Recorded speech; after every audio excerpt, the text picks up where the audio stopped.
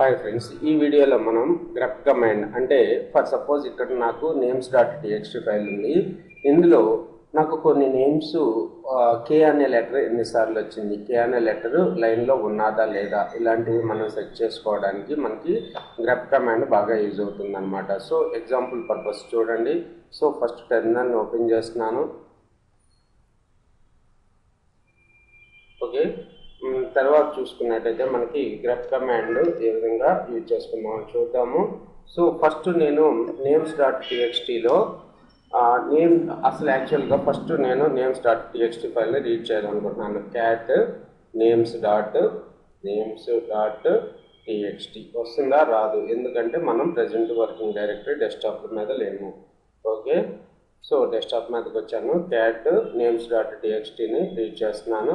Read చేస్తే మనకి names అన్నీ కూడా కనపడుతుంది. ఇప్పుడు grep కమాండ్ ఇచ్చేసి ఇక్కడ k అనే లెటర్ ఇన్ని చోట్ల రిపీట్ అవుతుందో చూద్దాం. ఓకే, grep సో k అనే లెటర్ కావాలి కాబట్టి k అని తీసుకుంటున్నాను. ఇందులో నేమ్స్.txtలో ఓకే, ఇప్పుడు చూడండి k అనేది ఈ లైన్స్లో ఉన్నాయని చెప్పి మనకి చూపిస్తుంది. తర్వాత మనకి ఇక్కడ అంటే ఎన్ని లైన్స్లో ఉందో మనం చూసుకోవాలంటే మనకి మనకు ఉన్న ఆప్షన్ పేరు వచ్చి -c అన్నట్టు. ఓకే, సో టోటల్గా 10 లైన్స్లో k అనే లెటర్ ఉంది అని చెప్పి మనకి చూపిస్తుంది.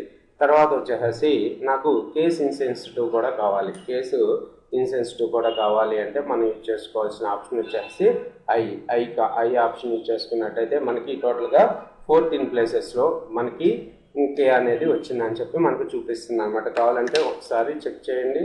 -c ఐ అనే ఆప్షన్ కూడా యాడ్ చేస్తున్నాను. సారీ, సి తీసేస్తున్నాను, ఓన్లీ ఐ ఆప్షన్ ఇస్తున్నాను. టోటల్గా k అనేది క్యాపిటల్ K అనేది కూడా ఉంది.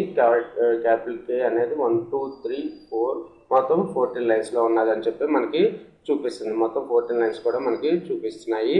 తర్వాత చూసుకున్నట్టయితే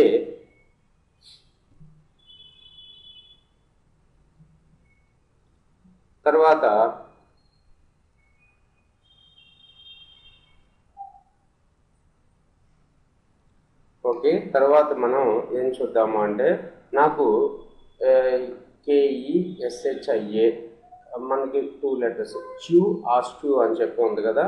QASK ఎక్కడ ఉందో చూద్దాం ఒకసారి మనం. సో ఐ అనే ఆప్షన్ తీసేస్తున్నాను. సో నాకు 2 లెటర్స్ కావాలి అనుకుంటే, అంటే 2 వర్డ్స్ కావాలి. 2 వర్డ్స్ కావాలి అనుకుంటే మనం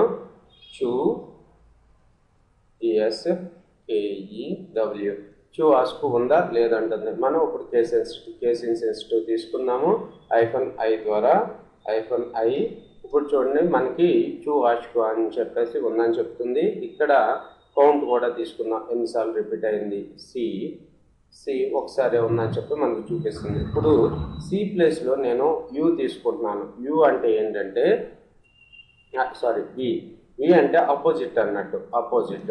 ఓకే, టోటల్గా ఎక్కడెక్కడ ఉంది అనేది మనకి ఇక్కడ సారీ సి అనేది మొత్తం QASK లేని ప్లేసెస్ మనకు చూపిస్తుంది. టోటల్గా చూడండి, ఇప్పుడు 50 ప్లేసెస్లో మనకి QASK అనేది లేదు అని చెప్పి మనకి ఇక్కడ చూపిస్తుంది. ఓకే, మొత్తం టోటల్గా ఎన్ని లైన్స్ ఉన్నాయి అనేది కూడా మనం చూసుకోవచ్చు. తర్వాత చూసుకున్నట్టయితే నాకు ఇప్పుడు ఒక చిన్న ఎగ్జాంపుల్ కావాలి. ఇప్పుడు 2 టెక్స్ట్లు ఉన్నాయి. 2 టెక్స్ట్లు మనకి ఇక్కడ ఏమేమి టెక్స్ట్లు ఉన్నాయి మనకి ఇక్కడ చూసుకున్నట్టయితే names.txt numbers.txt ఉంది కదా. రైట్, names.txt నేమ్స్ని ఇంకోసారి కాపీ చేస్తున్నాను. names1.txt అని చెప్పి.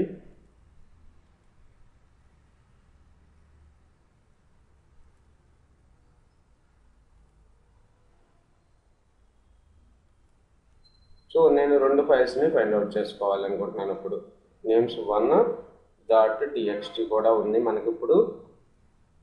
సారీ, names1.txt ఆల్రెడీ ఉన్నట్టుంది. ఓకే, names1.txt కూడా ఉంది కదా. రైట్, నేను ఇప్పుడు grep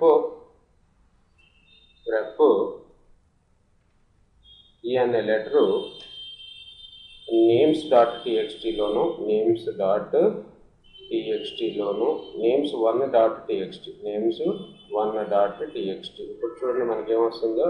ENL అడ్రస్ names1.txt ఎక్కడ ఉంది అనేది చూపిస్తుంది. సో ఇప్పుడు ఏం చేద్దామంటే ఆస్క్ grep cvi. సో ఇక్కడ ఏం చేద్దామంటే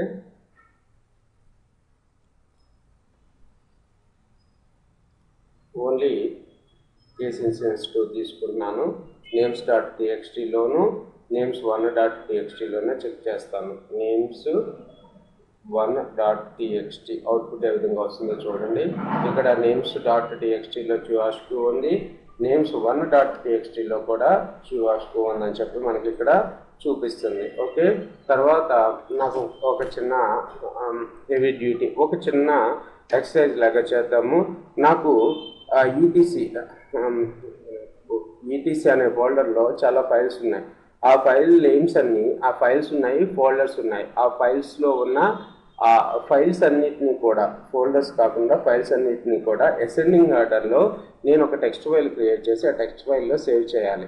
ఓకే, ఏంటి, నాకు ఈటీసీ అనే ఫోల్డర్లో ఉన్న ఫోల్డర్లో చాలా ఫైల్స్ ఉన్నాయి. నాకు ఓన్లీ ఫైల్స్ అసెండింగ్ ఆర్డర్లో, నాకు అసెండింగ్ ఆర్డర్లో కానీ డిసెండింగ్ ఆర్డర్లో కానీ ఒక టెక్స్ట్ డాక్యుమెంట్లోకి డిస్ప్లే కావాలి. ఇప్పుడు మనకి ఓన్లీ ఫైల్స్ని చూసుకోవాలి అనుకుంటే only files ls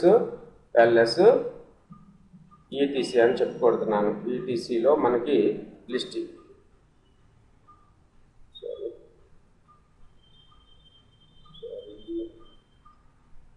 ls directory తీసుకుంటున్నాను. ఎక్కడ ఉంది, ఈటీసీ అనే ఫోల్డర్ ఉంది కదా, ls/etc.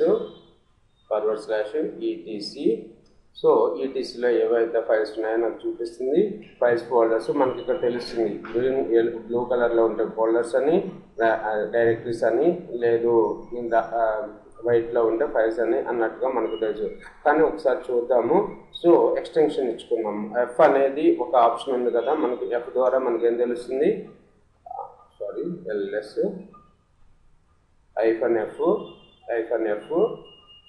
ఈటీసీ అంటే మనకి ఏవైతే ఫోల్డర్స్ ఉన్నాయో వాటికి / అనేది / అనేది ఉంటుంది. ఇప్పుడు ఇక్కడ చూడండి, GSS అనేది ఒక డైరెక్టరీ, GTK 2.0 అనేది ఒక డైరెక్టరీ, కానీ వైట్ కలర్లో ఉన్నాయన్నీ కూడా మనకి ఫైల్స్. సో నాకు నేను ఇప్పుడు ఏం చేయాలంటే ఓన్లీ ఫైల్స్ని మాత్రమే డిస్ప్లే చేయాలి విత్ grep కమాండ్ తోటి.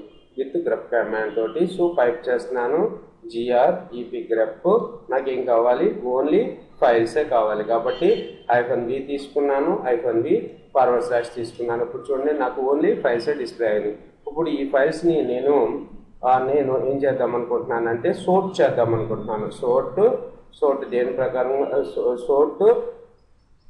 సోర్ట్ చేస్తున్నాను. సోర్ట్ చేస్తే చూడండి, రైట్, సోర్ట్లో మనకి ఇక్కడ సోర్ట్ చేసి ఎక్కడ మనం డిస్ప్లే చేయాలనేది మనం ఇక్కడ చెప్పలేదు కాబట్టి ఇప్పుడు ఒక ఫైల్ క్రియేట్ చేస్తున్నాను.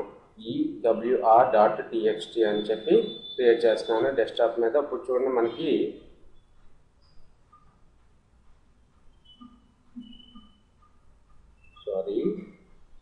మనం చేసిన మిస్టేక్ ఏంటంటే ఇక్కడ పైపింగ్ వాడలేదు.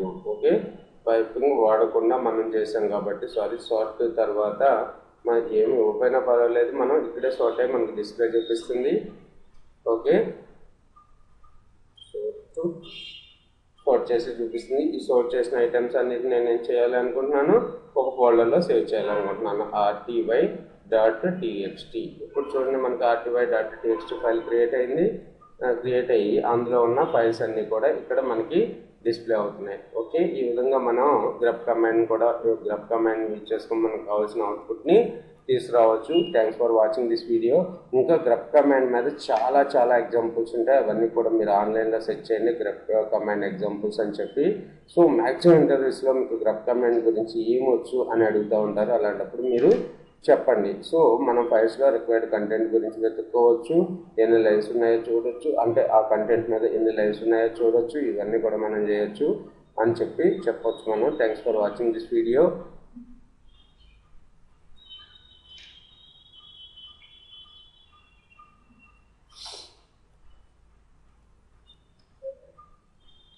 Please subscribe my channel for more Linux videos. Please share this video to your friends. యాక్చువల్గా నేను మళ్ళీ చెప్తున్నాను, చాలా ఫ్రెషర్స్ ఇంటర్వ్యూస్కి కానీ కొంతమంది ఎక్స్పీరియన్స్ పెట్టుకున్న వాళ్ళకి కానీ లైనక్స్ కమెంట్స్ మ్యాండేటరీగా అడుగుతూ ఉంటారు.